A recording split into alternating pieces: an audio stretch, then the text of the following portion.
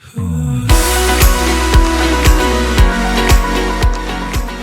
are watching Mentoring Conversations with Neil Jansen, inspiring stories, wise paths.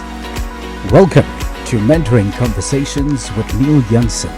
In this series, we delve into the journeys of those who have triumphed over adversity.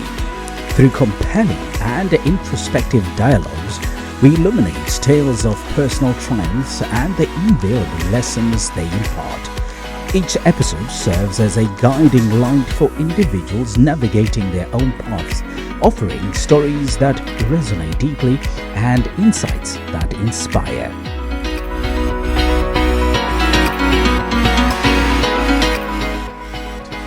Adam Craker, whose impactful work starting with a team-initiated enterprise consulting project during his MBA in 1996 called SAtion, which demonstrated a forward-thinking approach in utilizing internet technology for expanding learning opportunities.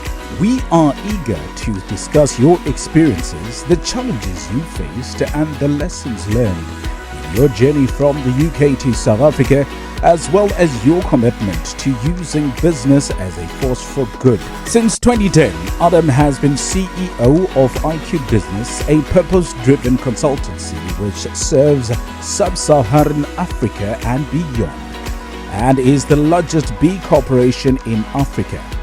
In 2020, as the COVID-19 pandemic struck, prompting lockdowns, Adam and his partners responded by setting up a network called COBRA, which is COVID Business Rescue Assistance, which in 2 years provided direct help to nearly 600 businesses in South Africa on a pro bono or shared value basis. Later, he helped from the digital ecosystem SAtion with similar objectives to drive digitaliSAtion, which led to a third ecosystem movement to rescue the inner city, Jozi My Jozi. Currently, IQbusiness together with OneX are setting a new course for the tech landscape by proposing to join forces to enhance their capabilities and reach. This prospective merger is poised to amplify growth domestically and internationally, and we wish to congratulate you on this progressive merger. Adam, good morning, and thank you very much for accepting the invitation. It's really an honor to see you after probably about 10 years. Oh, gosh, time flies. It's been a long time. And Adam, we obviously started off with your biography, so I don't intend to repeat it. I would describe you really as an accomplished person, someone who has not only been successful in his business, IQbusiness, as CEO, but someone who's really impactful in society in general. So I'm really grateful that you avail yourself for this mentoring with a conversation with Neil Jansen. And I'd like to start off by really asking you to just share your journey with the audience in your own words. Well, thank you, Neil, and it's so good to see you again and to have this opportunity. I guess instantaneously, the audience will pick up that I'm not originally from South Africa. I was born in London and one of 4 siblings together in London. And I guess if I go all the way back to my journey at the very beginning, which I think is relevant for our conversation today, Neil, was that I lost my father when I was 8 years old. He was 34 years old. And for myself and my siblings, a very pivotal moment at a very early stage in our lives. We subsequently lost our mother 9 years later, also at a very young age. And that's beginning, that's very abrupt, very dramatic start to our lives. I have an older brother and I have a younger brother and a younger sister. I've realized is for me at the age of 8 and then at 17 to lose one's mother and father so quickly has an enormous impact. But for me it created really a level of of determination and desire to move forward. And I was very, very lucky to a great extent that just prior to undertaking my A-levels or completing my matric, I guess, in the South African context, some very influential school teachers in my life helped guide me towards undertaking an internship and a sponsorship with a company. And that really gave me a foundation for my career very, very early on. And directed me, I was the first of my siblings, in fact, the first of my entire family to go off to university. And with the support and backing of a company behind me, and a mentor that was assigned to me as part of the sponsorship that I received from the company, was really instrumental in the transition that I made from my adolescent years into studying and then into the launch of my career. So that really was a pivotal moment for me. And it's a long time ago now when I kind of rewind the tape and I think back, well, that's 40 years from when I was 17. I'm now 57. And there have been many milestones, many steps. Coming to South Africa for 2 years, I thought. That was in fact 27 years ago now, and I'm still here. I've completely overstayed my welcome by now, I think. But my wife and I found such an amazing environment in South Africa that we wanted to be part of the transformation that was happening here when we first arrived. I came here firstly in 1996, and then we came together in 1997. And we've built family, career. This is our home. And in fact, we're now trying to become South African citizens, which is not a very easy thing to do, as we've discovered. But we absolutely love being in South Africa. Oh, that's fantastic, because I'll ask you later about the South African story and with all the negativity that is there, and why people like yourself would opt to be here. But that's not what I want to do now. I want to focus more on, first of all, thank you very much for sharing, being open about your childhood. And I'm sorry to hear about the fact that you were orphaned at age 17. But you seem to be one of those people who decided that pain is not going to define you, and you decided with mentors to allow your life to take a different positive trajectory. My question is more, let's fast forward to your career. You are today the CEO of IQbusiness. Tell us, how did it happen? Well, that's also, if I reflect at the moment, I joined IQbusiness in 2009, and I was appointed as chief executive in the following year in 2010. So a 15-year career history with IQbusiness, and really an environment of a privately owned business that had established itself in 1998 originally, and an opportunity that really evolved for me, where in my career, perhaps to fill the gaps in, when I graduated, I actually was encouraged by my mentor to leave the company that had sponsored me through university. The company was British Gas, which would be the equivalent in South African terms being sponsored through university by Eskom. The difference at British Gas was that it had been privatised and listed on the London Stock Exchange actually during my time at university. And the senior executive who was my mentor had worked for British Gas for 40 years, solidly, from leaving university all the way through. And when I graduated, he encouraged me to spread my wings further. And I joined a consulting company at the time called Anderson Consulting. They're now called Accenture. And my career accelerated very, very quickly. And I had the opportunity to work for many different companies, locally in London and internationally. And it really gave me a flavour and a taste for where I wanted to progress my career. I actually, after 5 years, I left Andersen Consulting to go and undertake my MBA. And I chose to do my MBA at an institution in Switzerland, in Lausanne, called IMD. And it was the most amazing experience in a very intense learning environment for a period of a year, with a group of people, about 80 participants, with over 30 nationalities that were represented in the program. And it really opened my eyes to wanting to participate internationally in business. And it provided a platform for me to come to South Africa for the first time.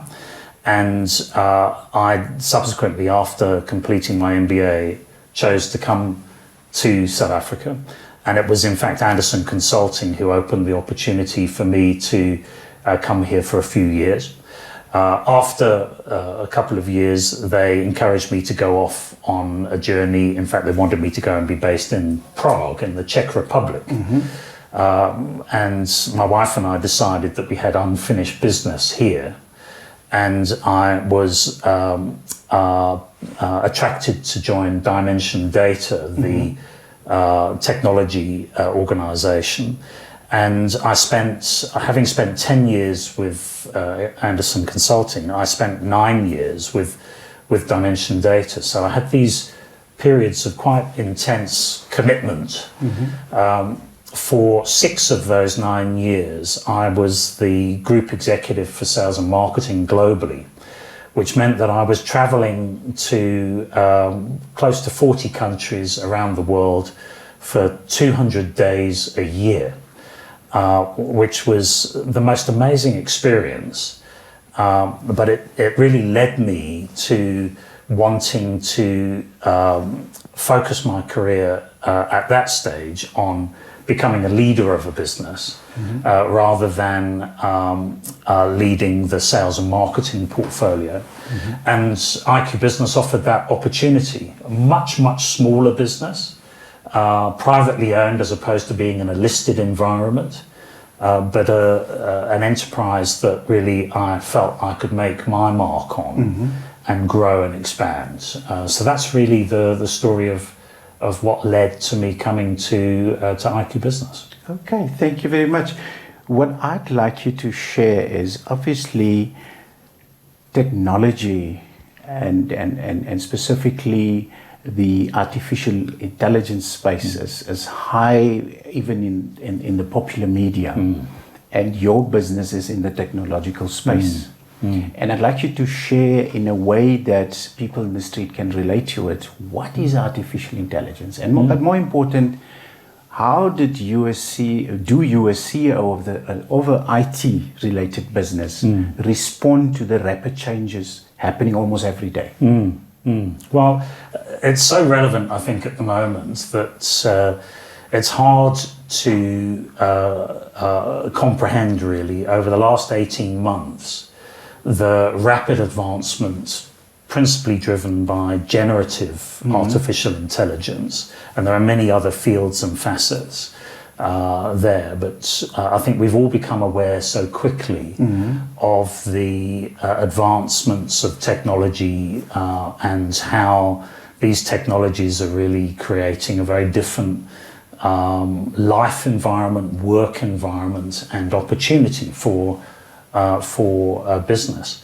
I guess in hindsight, if I look back retrospectively, there have been many other chapters of cycles that have created rapid advancements that is based on technology. So this is one of those, but certainly I think at this stage, I think this is probably the most meaningful step forward that we've seen, certainly in my career. Others might argue differently, that client-server technology was a major advancement, or the internet bubble that expanded in the 1990s into the 2000s. But these are similar cycles of growth and advancement. And artificial intelligence, of course, I guess we can sit here and hopefully we have a bit of natural intelligence to start with. The artificial components of it has obviously, it's been around in people's thoughts and minds for decades, and really focuses on how to use technology to accelerate learning and development and productivity, certainly in the generative AI space. In fact, we've got a group of executives sitting in a room in our business park at the moment that are going through our AI masterclass, and they're learning how to use tools like ChatGPT or Microsoft Copilot to be more productive in how they do their work, how they use terminology like being a prompt engineer. So experimenting with Copilot or ChatGPT to give instructions that then lead to the production of a document or an image or a software program or some data analytics. So it really empowers the executives there to learn how to embrace the technology. And maybe the analogy that I will use here is that I think we're all familiar with tools like Google or Chrome or other search engines. When we're looking for information, we'll go into Google and we'll type in a search statement that's for the business or the outcome that we're seeking, and we've all learned how to use the simplicity of the Google search engine, and I think we're all familiar with there are algorithms in the background that are taking our input and then targeting a list of outcomes for us. What we see with artificial intelligence now is that you can be much more specific about what it is that you're seeking to undertake. And the algorithms that are working in the background will not only present a website or a document in the listing that one gets from Google, but they'll actually produce the document based on accessing those. And that's really the power of artificial intelligence, is that it makes us more productive, more efficient, more effective in how we work together in the work environment. So how do you respond to, sometimes maybe we can say it's a layman's understanding, but I recall attending the INSEAD University in France a few years ago, and one of the topics as part of a Blue Ocean Strategy program was talking about technology. And one of the examples was they did a study in Barcelona in Spain and look at the trends of when people use their cars to drive and commute. And it was actually scary that they could potentially get rid of up to 70% of the cars in an efficient way, get people to come to work and go back home.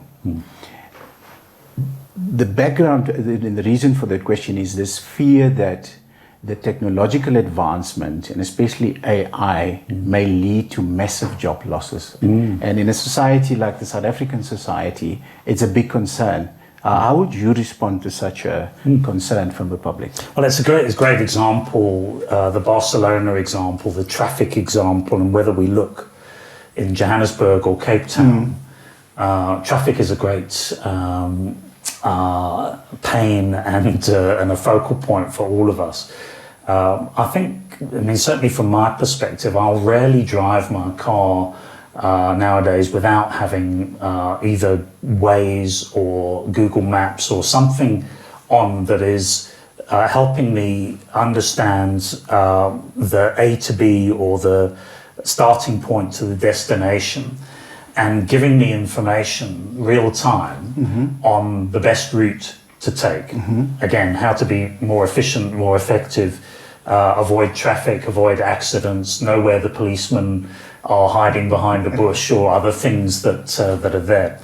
And I think we've all become accustomed to, whether it's built into the car on a screen or it's on our phone and we are able to switch it on and it takes us on that route. We're now beginning to see the power of the technology going from really providing the direction to actually interfacing and taking over the role that we play.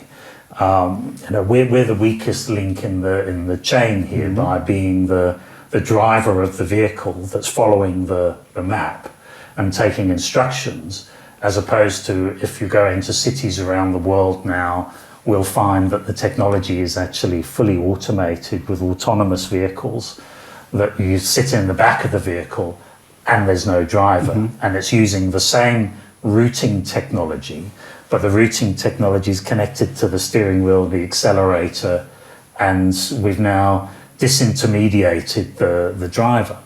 And there's good and bad in that. The biggest employer in the US, for example, or the biggest employment task or role that people play is driving. Whether you're driving a taxi with somebody in the back or you're driving a truck with goods that are there, that this is a massive threat to the income stream of the bulk of Americans at this point. But it's also a massive opportunity to reskill and move a workforce away from tasks and activities that are no longer value enhancing. So to be able to step into a different role or to be able to play a different role, to be able to sit in the back of the vehicle and perform other tasks or do other things, I think is really important. And going back to what I was saying about the other waves of technology, every wave of technology, and in fact every industrial revolution that we've gone through, has been a massive threat and the greatest opportunity for advancement. And there's never been a failure in those different cycles. Of course, we're in the fourth industrial revolution now, and we can even see the fifth industrial revolution coming. That it is, if you embrace the opportunity, it creates new ways of participating in the economy, raising the value of what you do. So I would really encourage people to look more towards the opportunity that it creates. And just one thing, Neil, to say, I think from an artificial intelligence perspective in South Africa, I think I could attribute it, I heard it first from Graham Codrington, the futurist, where if I paraphrase what he said, was that we shouldn't be afraid that artificial intelligence will replace us as individuals. Be more afraid that we'll be replaced by other individuals who understand how to use and exploit artificial intelligence. So it's really an encouragement to learn how to use the tools, the techniques to advance and move forward in one's career. Thanks for that. You and me met when we both serve on an NPO board. It's wonderful days. I learned a lot from people like yourself and Olam at the time.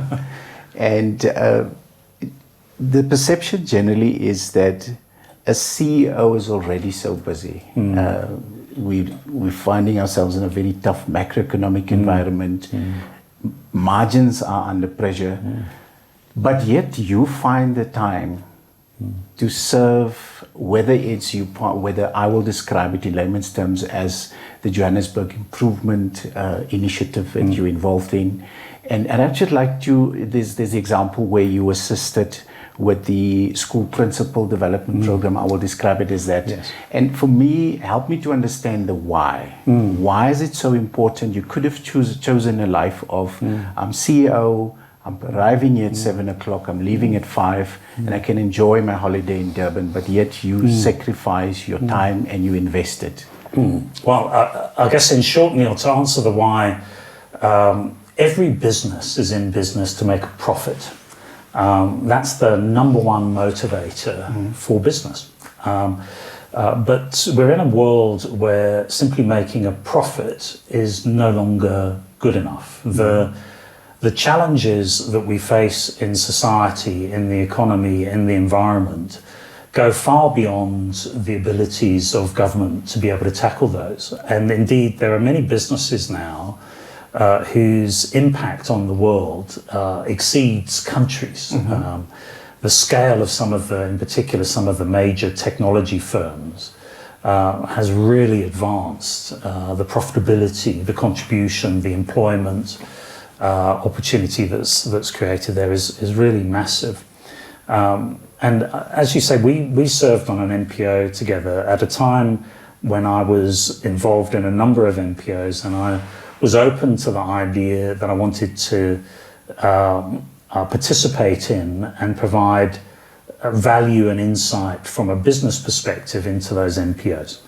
I didn't realise how much value I would get from operating or being a board member or dealing with some of the challenges that were there. I also didn't appreciate that I thought that it was tough to be in business for profit. I subsequently realised it's much tougher to be in an enterprise for not profit. It's massively difficult and challenging. And I like a challenge and I learn from those challenges. But perhaps I would go further to say that having participated on NPO boards, I then decided, or it wasn't a conscious decision, during COVID, I ended up starting up an NPO and being the CEO of that NPO, which was called COBRA, the COVID Business Rescue Assistance Initiative. It wasn't my deliberate plan, it just circumstances and the critical crisis that was less to do with COVID and more to do with lockdown, when President Ramaphosa in March of 2020 told us that we were about to enter 21 days of lockdown. We launched COBRA on the first day of lockdown. And if we'd have known then, as citizens in South Africa, that 21 days would become 750 days, imagine. But during those 2 years, there were so many enterprises that became distressed, whether you were running a coffee shop or a restaurant or a retail outlet or a gym. So many businesses went out of business. Many of them went into crisis. And we led a program to provide support to over 600 small, medium, micro enterprises, some pretty large. But that really crystallized for me the need for business to step into the challenges in our economy, in society, in environment. And IQbusiness is actually a B corporation, which is very unknown in the African context. There are about 8,000 B corporations around the world. And we decided in 2017, 2018 to become a certified B corporation, which is really about how we use profit for purpose, how we engage on the issues in society, in the economy, in the environment, and how we put our purpose to grow people, grow business, and grow Africa into action. And that's really what's behind the NPO cycle. And as you say, the idea that now has transitioned into what we call Jozi My Jozi, the inner city rescue project for Johannesburg. How do you deal with setbacks? Whether you're CEO, parent, just a human being. Things don't always go the way we plan it. No. And part of my vision is really to as a professional coach and mentor, make it normal, for lack of a better word, for people to say things are not working, but the key is how do I respond to it? Yeah, yeah. I mean, it's a great question, Neil, and it does make me reflect that actually losing my parents at the early age that I did helped form my character, helped me really focus on my values. And my values over time have really come to the fore in terms of how do I come into a work environment and not just fit into the value system of the company, but really if I come and I'm able to bring my values into the company environment and live my values, then that really drives me forward very, very significantly. And maybe I should mention that my first value is about determination, and I really can attribute that back to the early setbacks in my life, to not allow those to keep me back, but to use that as a position of strength to be able to move forward. My second value is about advancement. And again, I can attribute that to early stages, but the opportunity that I saw to enter as an undergraduate into a university environment where academically I had never excelled in my formative years, never excelled. I'd always done enough, and I was, I guess I'd use any excuse to just do enough but not push. When I entered the university environment, I realized that this was a platform for me to really excel, and I did it through my first degree and then my MBA and further steps. So advancement is very important. And then the third is about influence. And influence actually is less about my early development, is more about now, and it's realizing as the CEO of a business that currently has 1,100 team members, that through a merger process that we're currently deep into is about to step forward into about 1,500 team members. Influence is a really key part of what energizes me. Not only on the team that call themselves IQers or members of the IQbusiness or environment, but it's more broadly through things like Jozi My Jozi and COBRA and SAtion and other initiatives that I've been involved with, or even the NPO board participation, to having a positive influence on the direction and the outcome. And if I think about it, that's what really my wife and I, when we came to South Africa, we saw an opportunity to be part of the change, the transformation, the advancement of South Africa post-apartheid years, to really be part of a very positive trajectory in the country. And I think the reality of the moment is that right now we live in really challenging times. In South Africa, let's start with in Johannesburg, in South Africa, in the world. I mean, sorry to interrupt you. Yeah. The one moment is you just think things are happening in Ukraine, and then the next moment the Middle East is... It's really, really challenging. We are in a time when there is the potential of a new world order, the power shift that we're seeing going from west to east. As you mentioned, the conflict issues this week, we see the announcement in the UK that they're essentially committing to invest £75 billion, multiply that by 23, and it's a very big number, into defence, because they're putting themselves on a war footing because of the challenges that they see there. They're being invaded at the moment by small boats of people that are wanting to come across and risk their lives to enter the UK. It's so troubling, and they've created a framework to relocate immigrants into Rwanda. I mean, it's just what bizarre mindset and world that we live in. Hugely challenging. So, and I've gone completely off direction on your question. How do I deal with setbacks? Well, it's really about maintaining a positive mindset, I think, without being unrealistic.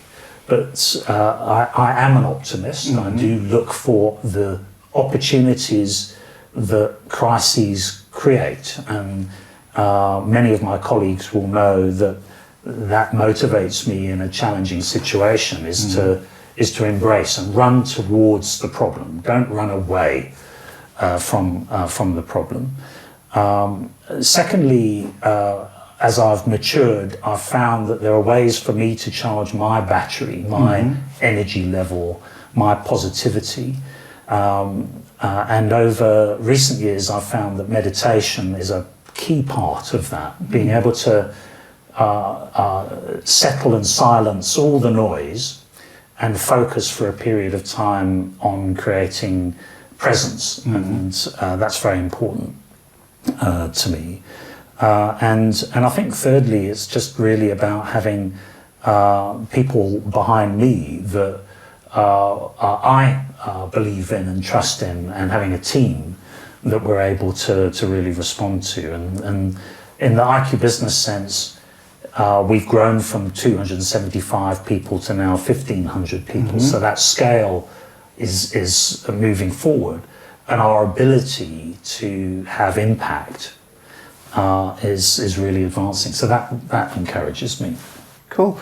So first, congratulations. I didn't want to bring it up. You know, in my preparation, I thought maybe you must go to the Competition Commission and go through all the legal processes. But congratulations to that. What I, in my humble opinion, I know it's cliche, but everything starts and it ends with leadership. If there's major challenges in a society, you normally look at what happened at leadership level. And certainly in South Africa, I think that is a problem. That whether it's political leadership, whether it is in parastatals, whether it is in the private sector, I have the privilege of currently serving in some board committees in state-owned entities, and certainly you can see the problem. It's at the highest level. If there's a challenge at the leadership level, it just influences everything. Your comments? I think you're absolutely right, and I'm glad that you have quite rightly said that this isn't about just pointing fingers at government or state-owned enterprises. It's everywhere. We see it everywhere. And there are so many examples as I look in our industry sector at local and international firms, and I think we know many of the brand names that have been embroiled in the issues of state capture, for example.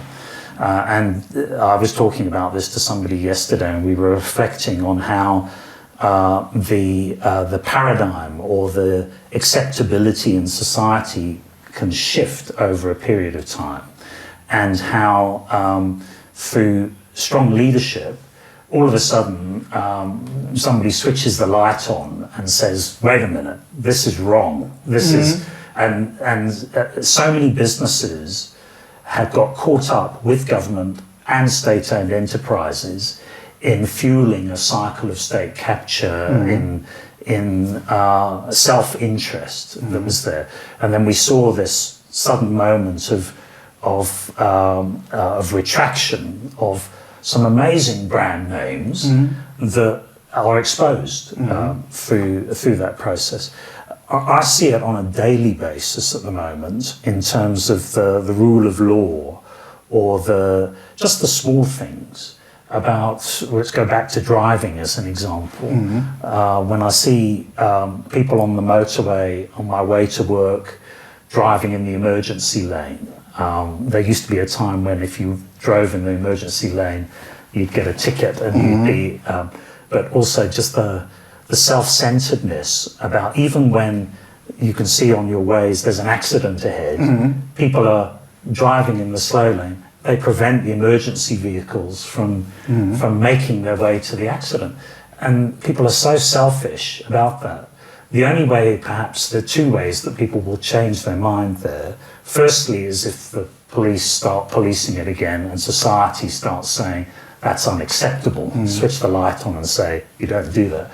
And secondly, rather unfortunately, is if you subsequently become involved in an accident yourself and you're waiting for the ambulance to get to you and it can't get to you because there are others that are sitting in the emergency lane preventing that from happening.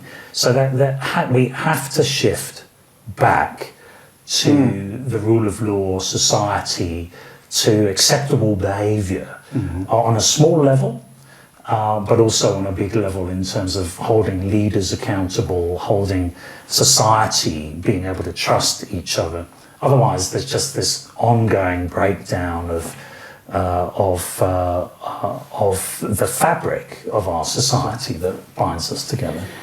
And certainly I can say that there's this lack of accountability, no consequences. You see people wasting money, you see people not pitching, and there's no consequence.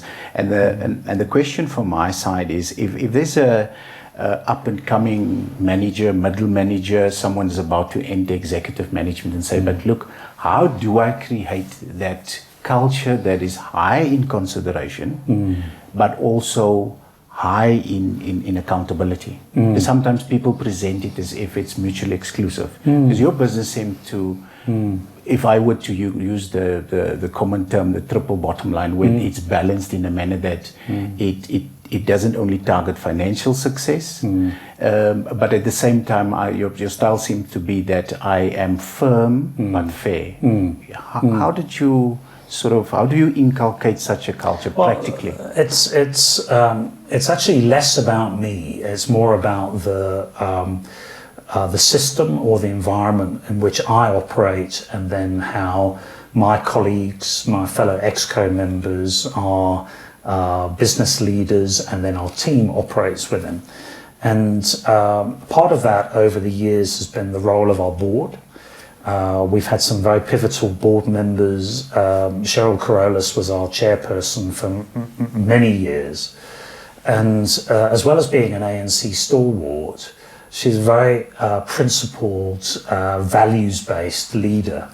And we benefited enormously from her guidance, her strict approach. In fact, Cheryl and I agreed in 2010, as I had been appointed as CEO, that IQbusiness would withdraw absolutely from the public sector, that we wouldn't participate in tenders in the public sector, that we would move away, because we could see what was happening in terms of the temptation to do business in the public sector required corrupt business practices, required all sorts of things. So that strong board and the strong guidance from leaders being very strict with us, and even as a independent privately owned business, we had absolute rigor in the risk management, the reporting and the governance process. We're now part of a listed enterprise, being part of Roynet Group. And Roynet have been around now for 136 years. And they've been listed on the JSE for 76 of those years. It's absolutely amazing to be part of an enterprise that was founded in South Africa at a time when there were only mining companies, banks and breweries back in the 1800s, in the second industrial revolution. But one of the things that's very, very clear to us is that Roynet, once again, has a very strict governance structure and profile and desire to protect and grow their brand. And I think that it's that ecosystem involvement with a broader base of stakeholders, and then making sure that we reflect that in our organisation without it curtailing our ability to operate and to be responsive and flexible to our client needs. So that's really the environment that we operate in. So we're coming almost to the end. As my third last question is that at your level, you did touch on it earlier about meditation that assists you. But I'd like you to help the viewer certainly to appreciate from an accomplished person like yourself, how do you sharpen the saw? How do you make sure that some people get to the CEO desk and feel, wow, I've arrived, I have the German piece of German engineering in the parking lot, I live in the north of Johannesburg, wherever people deem to be a great place to live, and now I can chill. But that, in my humble opinion, is not sustainable. In your practical way of making sure that you constantly look after yourself, your mental well-being, your emotional well-being, your spiritual well-being. If you can reflect on how you deal with it. Absolutely, yeah. I mean, it's actually helpful to me rather than the people that might be watching us, because it just helps me to remind myself and maintain the kind of focus and discipline that I have. In the first instance, Neil, I very much believe that if you want to sharpen the saw, there's no point in sharpening a rusty saw. That, you know, if the saw is not waxed on the side, it won't cut through the wood. It gets stuck. It can be as sharp as you like. So I very much believe in my physical well-being and the things that I do that I know energize me in the way that I start my day, my physical fitness, the things that I do that I enjoy doing that energize me at the start of the day. And how that reflects in things like when I'm not at work, how I spend my time at weekends with my family and friends is very important to me. Secondly, I'm part of the Young Presidents Organisation, the YPO, and I've been a member now for 18 years. So I was a lot younger when I became a YPOer, but there are 30,000 CEOs around the world who are part of this organisation.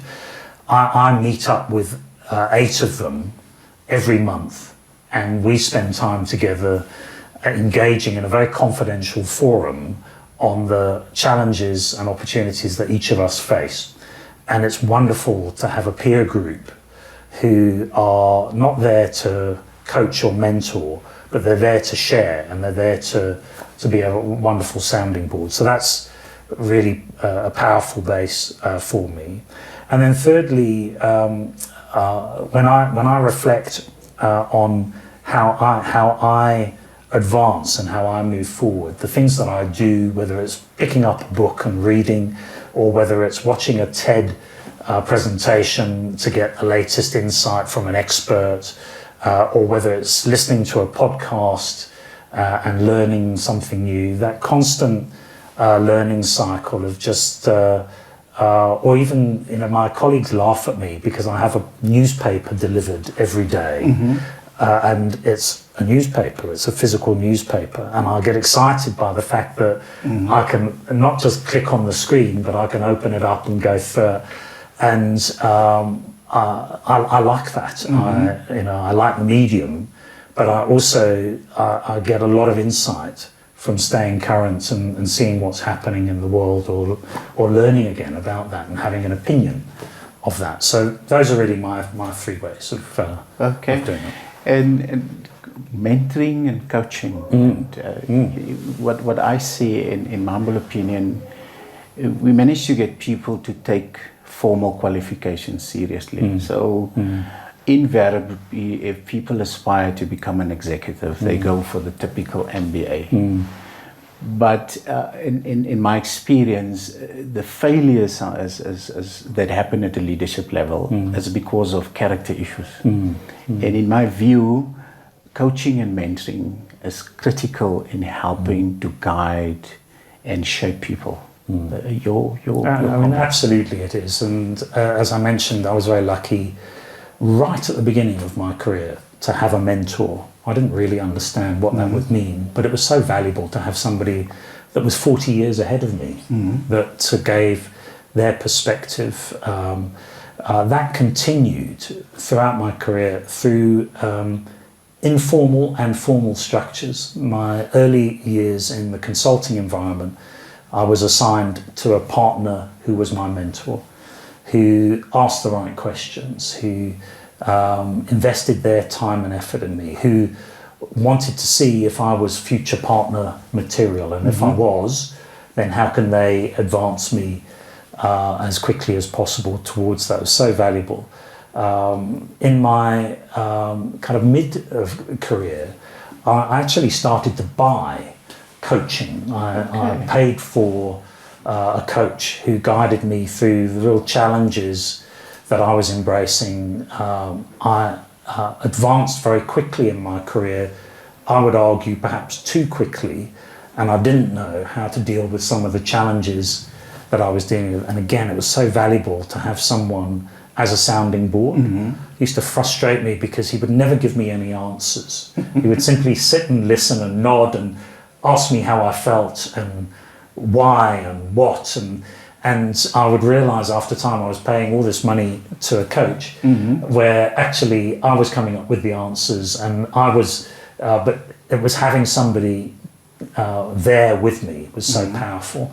My YPO forum is now like a group of 8 mentors that are there, who just are so valuable to deal with the challenges and the opportunities that are there. So throughout, it's been really powerful. But I've learned more by being a mentor than by being a mentee. And it really encourages me to want to give back, to engage with younger members of my team or outsiders that I've been involved with, to deal with, or to be their sounding board, or to provide a perspective or ask difficult questions to. And that's very much proven to me that there's so much value in being a mentor, more so than being a mentee. So my last closing question is, what is next for Adam Craker?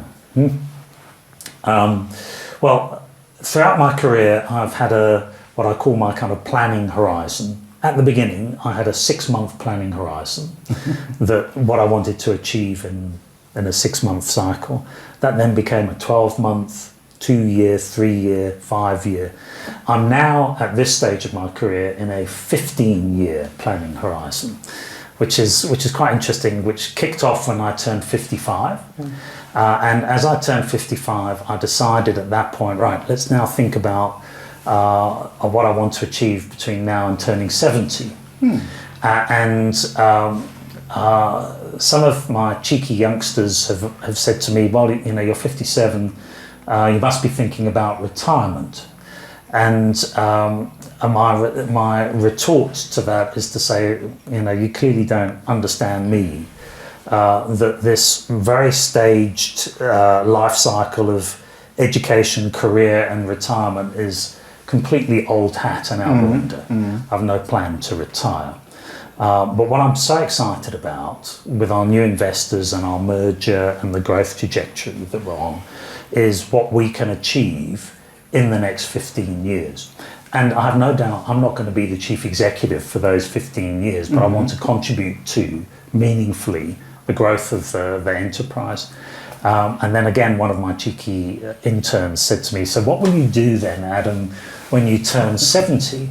And I said, well, I'll do what every other 70-year-old seems to do nowadays. I'll run for president at that point. And they look at me and say, really? And I said, no, not in South Africa. I don't have any plans.